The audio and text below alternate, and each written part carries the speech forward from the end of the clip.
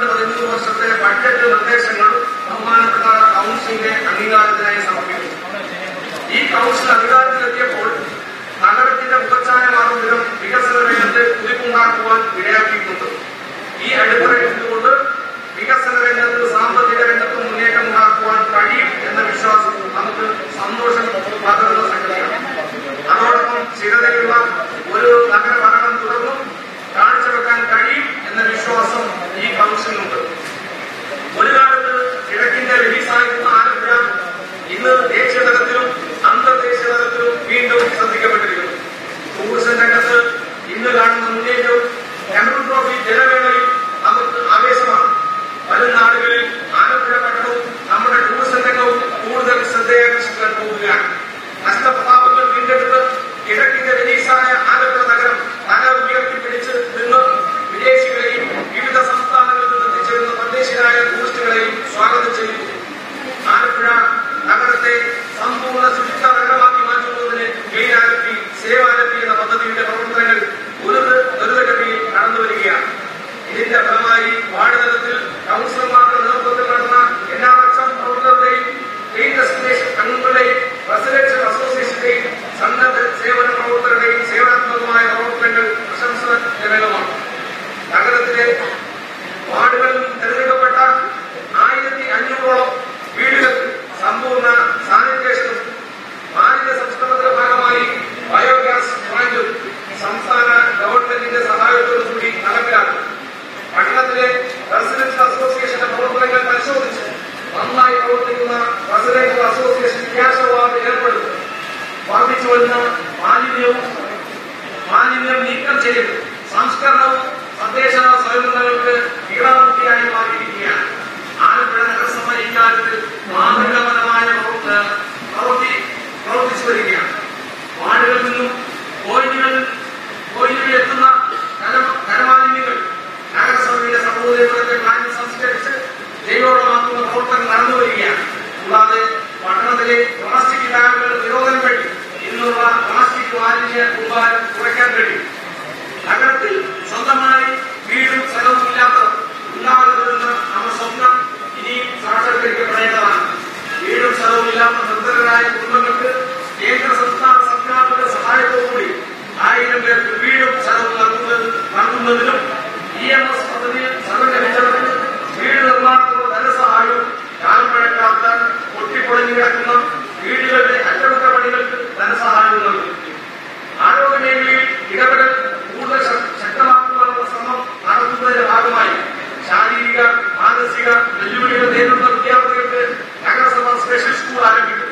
അംഗനവാടി തലം തൊട്ട് IT മേഖലയിൽ കുഞ്ഞുങ്ങൾക്ക് അവബോധം സൃഷ്ടിക്കുന്നതിന്റെ ഭാഗമായി അംഗനവാടികളിൽ കമ്പ്യൂട്ടർ സംവിധാനം ഏർപ്പെടുത്തും. തുടർന്ന് വാർഡുകളിൽ മാതൃക അംഗനവാടികളുടെ അടിസ്ഥാന സൗകര്യം മെച്ചപ്പെടുത്തും. നഗരവത്കൃത സമൂഹമാണെങ്കിലും അടിസ്ഥാന മേഖലയായ കാർഷിക മേഖലയെ കരുതലോടെ സമീപിക്കുവാൻ നാം ശ്രമിക്കാറുള്ളത്. ഈ മേഖലയിലെ അഭിവൃദ്ധിക്ക് വേണ്ടി ഉത്പാദന രംഗത്ത് ഒട്ടനവധി പദ്ധതികൾ നടപ്പിലാക്കിയത് മൂലം കാർഷിക വിളവുകളുടെ ഉത്പാദനത്തിന് ഒന്നിച്ച വർദ്ധനവ് സംഭവിച്ചിട്ടുണ്ട്. എങ്കിലും ഇനിയും തരിശു കിടക്കുന്ന പാടശേഖരങ്ങൾ കൃഷി ചെയ്യുന്ന സമ്പൂർണ്ണ തരിശുരഹിത നഗരമാക്കി ആലപ്പുഴയെ മാറ്റും. അടുക്കളക്ക് ഒരു തോട്ടം എന്ന പദ്ധതിയിലൂടെ പട്ടണത്തിലെ എല്ലാ വീടുകളിലും പച്ചക്കറി കൃഷി നടപ്പിലാക്കും. നഗരസഭ അതിർത്തിയുള്ള ഏറ്റവും നല്ല കർഷകരെയും നല്ല അടുക്കളത്തോട്ടം സൃഷ്ടിക്കുന്ന വീട്ടമ്മമാരെയും തെരഞ്ഞെടുത്ത് ആദരിക്കും. ക്ഷീര കർഷകരെ സഹായിക്കുന്നതിന്റെ ഭാഗമായി ആട് വിതരണവും എരുമക്കിടാവ് വിതരണവും നടപ്പിലാക്കും. കടലോര ഉൾനാടൻ മത്സ്യത്തൊഴിലാളികളുടെ വീട് അറ്റകുറ്റപ്പണി തൊഴിൽ സ്വഭാവങ്ങൾക്കനുസൃതമായ തൊഴിലുപകരണങ്ങളുടെ വിതരണം അലങ്കാര മത്സ്യകൃഷി എന്നിവ നടപ്പിലാക്കും. ടൂറിസം മേഖലയിലെ പുത്തൻ ഉണർവിന് ഉപയോഗപ്പെടുത്തുവാനുള്ള ശ്രമം നഗരത്തിൽ ഉണ്ടാവണമെന്നൊരു ദൃഢനിശ്ചയമാണ് ആലപ്പുഴയിലെത്തുന്ന വിദേശികളെയും സ്വദേശികളുമായ വിനോദസഞ്ചാരികൾക്ക് നഗരസഭാ നേതൃത്വത്തിൽ ആലപ്പുഴ ബീച്ചിൽ കേന്ദ്ര സംസ്ഥാന സർക്കാരിന്റെ സഹായത്താൽ ഒരു വിനോദ സമുച്ചയവും നെഹ്റു ട്രോഫി ഫിനിഷിംഗ് പോയിന്റിൽ കുടിവെള്ളം എത്തിക്കുന്നതിന് RO പ്ലാന്റും ഹൈമാസ് ലൈറ്റുകളും ഹൗസ് ബോട്ട് മാലിന്യങ്ങൾ നിർമ്മാണം ചെയ്യുന്നതിന്റെ ഭാഗമായി സംസ്കരണ പ്ലാന്റും സ്ഥാപിക്കും. മാറിവരുന്ന നഗരത്തിന്റെ ആവശ്യങ്ങൾക്കനുസൃതമായി പശ്ചാത്തല മേഖലയിൽ മാറ്റങ്ങൾ അനിവാര്യമാണ്. ആലപ്പുഴ നഗരവാസികളുടെ അഭിലാഷമായ പ്രൈവറ്റ് ബസ് സ്റ്റാൻഡ് യാഥാർത്ഥ്യമാക്കും.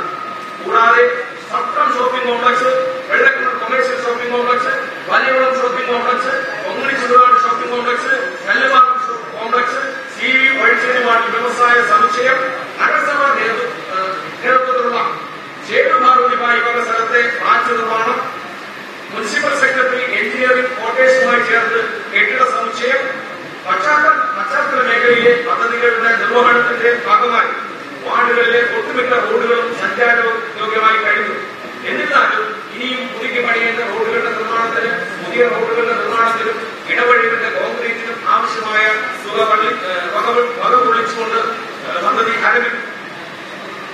ആലപ്പുഴ ടൗണിന്റെ പ്രധാനപ്പെട്ട കേന്ദ്രങ്ങളായ കൊമ്മാടി, കാസർഗോഡ്, കയ്യൂണി ജംഗ്ഷൻ തുടങ്ങിയ കേന്ദ്രങ്ങളിൽ ഹൈമാസിലേക്കും, വാർഡുകളിൽ പ്രധാന 5 കേന്ദ്രങ്ങളിൽ സോഡിയം പേപ്പർ ലാമ്പും വഴിവിളക്ക് അറ്റകുറ്റപ്പണി ആവശ്യമായ ഉപകരണങ്ങൾ വാങ്ങി നഗരത്തിലെ നിലവിലുള്ള സ്ട്രീറ്റ് ലൈറ്റിന്റെ അപാകതകൾ പരിഹരിക്കും. നഗരത്തിലെ ഗവൺമെന്റ് LP, UP ഹൈസ്കൂളുകൾക്ക് ആവശ്യമായ IT ഉപകരണങ്ങൾ, ബെഞ്ച്, ഡെസ്ക്, ലൈബ്രറി പുസ്തകങ്ങൾ വാങ്ങിക്കൊടുക്കും. പട്ടണത്തിലെ ഹൈസ്കൂളിൽ നിന്ന് ഉന്നത വിജയം കരസ്ഥമാക്കുന്ന വിദ്യാർത്ഥികളെ കണ്ടെത്തി ക്യാഷ് അവാർഡും അനുമോദനവും നൽകും. കായിക പ്രതിഭകളെ വളർത്തുന്നതിന് സ്പോർട്സ് കിറ്റും തീവ്ര പരിശീലനവും നടപ്പിലാക്കും. സംസ്ഥാന സർക്കാരിന്റെ സഹായത്തോടെ സ്പോർട്സ് ഹോസ്റ്റൽ സ്ഥാപിക്കും. സ്കൂളുകളിൽ ഗെയിം ഫ്രണ്ട്ലി ടോയ്ലറ്റിന് അനുവദിക്കും. നഗരത്തിലെ മാതൃകയായ ഗ്രന്ഥശാലയെ തെരഞ്ഞെടുത്ത് ആദരിക്കും. പട്ടികജാതി വിഭാഗത്തിന്റെ ഉന്നമനത്തിനായി നെഹ്റു ട്രോഫി വാർഡിൽ കമ്മ്യൂണിറ്റി ഹാളും, വള്ളാപ്പുറ്റി നെഹ്റു ട്രോഫി തിരുമല ഉന്നമന വാർഡുകളിൽ ആറോ പ്ലാന്റും, സ്ഥലവും വീടുമില്ലാത്ത പട്ടികജാതി വിഭാഗത്തിലെ കുടുംബാംഗങ്ങളെ താമസിപ്പിക്കുന്നതിനായി ഫ്ളാറ്റ് നിർമ്മിച്ചു കൊടുക്കും. പട്ടികജാതി യുവാക്കൾക്ക് JCB പരിശീലനം, പട്ടികജാതി മേഖലയിലെ കർഷകരെ പ്രോത്സാഹിപ്പിക്കുന്നതിന് എരുമക്കിടാവ് ഉപകരണവും, കൃഷി നടത്തുവാൻ തയ്യാറുള്ള ഗുണഭോക്തൃകൾക്ക് പ്രത്യേക ധനസഹായവും ഏർപ്പെടുത്തും. SC വിഭാഗത്തിലെ സ്കൂൾ കോളേജ് വിദ്യാർത്ഥികളിൽ കമ്പ്യൂട്ടർ പരിശീലനം ഏർപ്പെടുത്തും. നഗരസഭയുടെ ഇന്നുള്ള വരുമാനം ഉപയോഗിച്ച് നഗരസഭയുടെ ദൈനംദിന പ്രവർത്തനങ്ങൾ നടത്തുവാൻ കഴിയാത്ത സാഹചര്യമാണ് നിലവിലുള്ളത്. ജീവനക്കാരുടെ ശമ്പളവും അലവൻസുകളും മറ്റ് നിത്യനിദാന ചെലവുകളും അനുദിനം വർദ്ധിച്ചു വരികയാണ്. ഈ സാഹചര്യത്തിൽ സാധാരണക്കാരുടെ മേൽ അധിക നികുതി ചുമത്താതെ ജ്ഞാനപാത്രങ്ങൾക്ക് നികുതി ഏർപ്പെടുത്തുകയും കഴിനികുതി പിരിച്ചെടുത്തു.